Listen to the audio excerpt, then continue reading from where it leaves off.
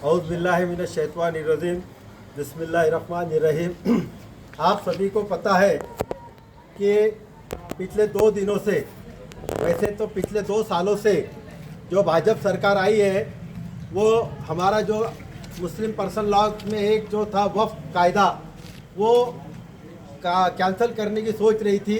और अब उन्होंने कल लोकसभा में, परसों लोकसभा में और कल राज्यसभा में वो कायदे को ख़त्म कर दिया।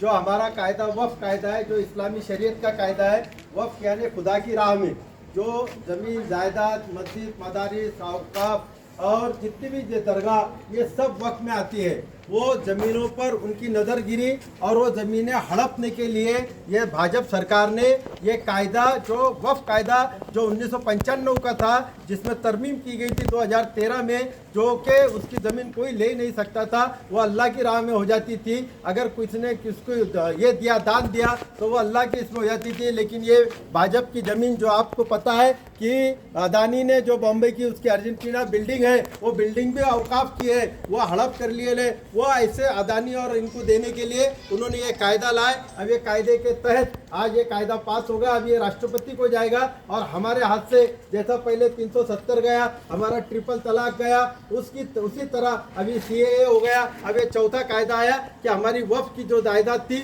वो भी चले गई हाथ से। अब इसके लिए मुस्लिम पर्सनल लॉ बोर्ड ने रास्ते पे आने का कहा है कि अब हम रास्ते पे आएंगे, क्योंकि रास्ते पे आए बगैर अब ये कायदा पीछे होने वाला नहीं है। क्योंकि ये कायदा होने के पहले हम रास्ते पे नहीं आए, हमने अलग अलग इससे करा, हमने काले फीती लगाई, हमने निवेदन दिए, लेकिन कुछ फ़ायदा नहीं हुआ है सरकार पर। और ये सरकार ने ये कल के दिन ये ख़त्म कर दिया और अभी आज राष्ट्रपति को जाएगा और 2 दिन में वो कायदा बन जाएगा।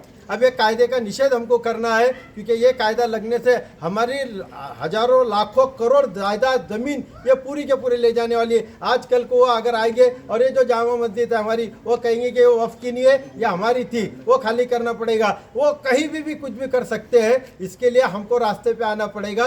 जिस तरह से किसान रास्ते पे आए थे, 4 कायदे उन्होंने बना लिए थे, लेकिन ख्याल रखो कि वो किसान 4 महीने रास्ते पे बैठे थे, 70 शहादतें दी थी जब वो चारों कायदे ये मोदी ने कैंसिल किया। इस तरह से अभी हमको रास्ते पे आना पड़ेगा। वक्त पड़ा तो हमको भी शहादत देना पड़ेगी, तब ये कायदे कैंसिल हो गए। जब तक कि हम शांत नहीं बैठेंगे, जब तक ये वह कायदा जो उन्होंने दुरुस्ती करा, और उन्होंने कायदे में दुरुस्ती करके नाम भी बदला दिए।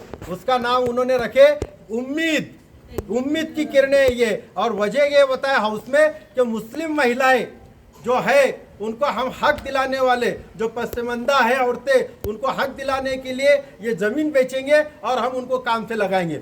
अरे बेवकूफ़ बना रहा हमको कि 2014 से उसने ना लोकसभा में, ना राज्यसभा में, ना विधानसभा में, ना किसी एक भी मुस्लिम औरत को लिया, बल्कि एक मर्द को भी लिया नहीं उसने। ना आमदार बनाया, ना खासदार बनाया। ऐसा वो भाजपा हमारे मुसलमानों के भलाई के लिए कुछ काम ही नहीं कर सकती। इसलिए आज हम उसका वो जो कायदा उन्होंने पास किए, हम उसका निषेध कर रहे हैं। और निषेध के साथ साथ हम आज ये अहद कर रहे हैं अल्लाह ताला के सामने कि अल्लाह ताला, जब तक ये कायदा कैंसिल नहीं होगा, हम तेरे लिए वक्त पड़ा तो शहादत देंगे, रास्ते पे आएंगे इंशाल्लाह, लेकिन हम ये कायदे को कैंसिल करके रहेंगे ना इंशाल्लाह। जोर से बोला, नारे तकबीर, नारे तकबीर। वक्फ की बजाय उम्मीद लाकर हमें ना उम्मीद करने वाली सरकार का और उन्हें सपोर्ट करने वाले राजनीतिक दल का हम जाहिर निषेध करते हैं। क्या करते हैं? हम जाहिर निषेध करते हैं। फिर एक बार अहला ये बोलेंगे अपन, तुमने उसके पीछे आवाज देना, वक्फ अमेंडमेंट बिल पीछे लो, पीछे लो। वक्फ अमेंडमेंट बिल पीछे लो, पीछे लो। वक्फ अमेंडमेंट बिल पीछे लो, पीछे लो। वक्फ अमेंडमेंट बिल पीछे लो, पीछे लो। हम वक्फ कानून में हुए बदलाव का पुरजोर निषेध करते हैं। हम वक्फ कानून में हुए बदलाव का पुरजोर हम निषेध करते हैं। हम वक्फ कानून में हुए बदलाव का पुरजोर निषेध करते हैं, पुरजोर निषेध करते हैं। हम वक्फ कानून में हुए बदलाव का पुरजोर निषेध। अभी आप लोगों को 1-2 लोगों की बाइट लेना है। नाजिया